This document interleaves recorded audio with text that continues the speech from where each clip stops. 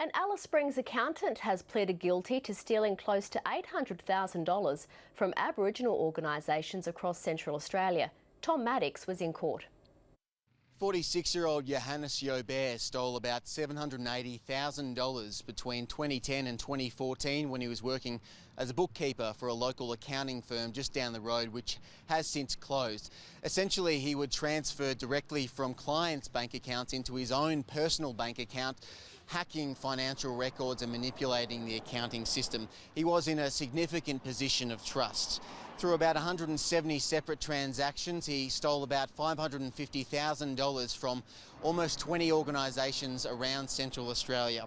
He also stole $230,000 from an organisation that provides a link-up service to support family members of the stolen generation in this area. That organisation has since closed last year due to a misuse of Commonwealth funds relating to receipts, and there has been a compliance audit or review of that organisation. Today the Supreme Court heard that Jobert pleaded guilty to all charges relating to stealing.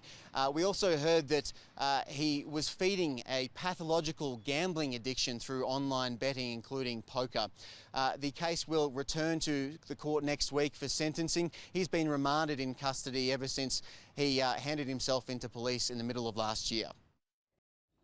Back home, a program which helps female prisoners in Alice Springs control their violent behaviour is proving to be a success. The Kunga's Stopping Violence program is the first of its kind in Australia and is helping Aboriginal inmates change their ways. For these Aboriginal women, violence and trauma have been a regular part of their lives. I'm real violent when I drink alcohol. Yeah. I've grew up in my community since I was little, and I've seen the violence. I've seen it through parents. But they're now turning it around, empowering themselves through the Kunga's Stopping Violence program at the Alice Springs prison. They've just graduated from the 4-week pre-release initiative, the first of its kind that works specifically with Aboriginal women to reduce their violent behaviour. I didn't know about how to control it, but when this program came, it helped me to think and to listen carefully how you should be a strong person and how do you stand up for yourself. And if your family and community can't help you, well, you know what? You're the only person who can. These women say culturally it's difficult to confront their violent pasts in front of others. Through this program, it did me a lot of good, yeah. Now I can talk about and try and move on, be a better person. Certainly within some of the participants, you can see them really grow and become self-confident and a lot of self-resilience after they've come out of the course. Those behind the program want to see it replicated in other states and territories. We've got to stop the pathway into prison. And if prison is the last step there for those women to have a chance to change their life, let's put them in prison. Let's put the programs in prison.